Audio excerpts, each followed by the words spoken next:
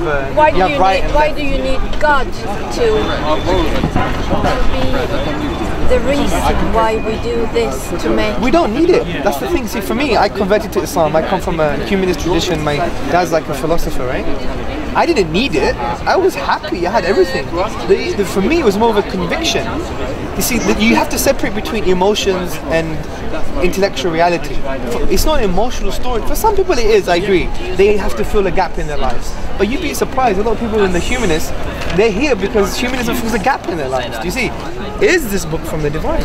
That's the discussion, because if God does exist, if you have good reasons for God, if he did present a book to mankind, well, is it from God in the first place? Let's have that discussion. And if it is, then we can start discussing, well, what values did he say, what's the correct interpretation, how we're going to solve human problems. I'll give you an example. This is very powerful. See, the problem with Somalia, take the famine of Somalia, it's a disaster. The reason it's a disaster, not because of resources.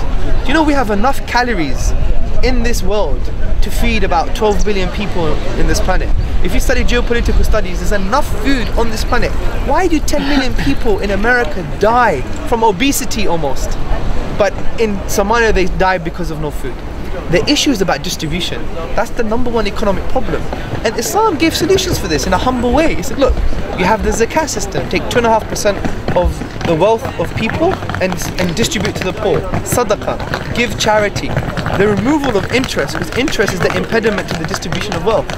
Because if you put too much interest, compound interest on an individual, then they have less money in their hands. But if they have more money by removing interest, then they have to engage it in society for more entrepreneurship. So it creates a really unique model. Natural resources in the Islamic paradigm belong to the people, not to the government. The Prophet Muhammad said that the natural resources are the people's, not the government. The government has only delegated authority to use that money and give it back to the people. This is why Saudi Arabia is very unjust, because Saudi Arabia takes the oil for themselves. But their own tradition says, give it back to the people. Minerals belongs to the people. This is our tradition. So, in a contemporary context, Islam has so much to say about economics. So much to say. And the economic values emanating from the Islamic tradition are actually can solve some of these issues. For instance, if you look into the Islamic banking, when the credit crisis happened, the Islamic banks came out the strongest, and still they weren't fully Islamic, to show the stability of the Islamic system. Because if you look at money, for example, in the capitalist model generally, money is free floating. It's not contingent on gold or silver. It's free floating, and therefore if you have more money in society, it doesn't mean you have more wealth. But in the Islamic tradition, it has to be contingent on gold or silver or something substantial, which actually stabilizes money.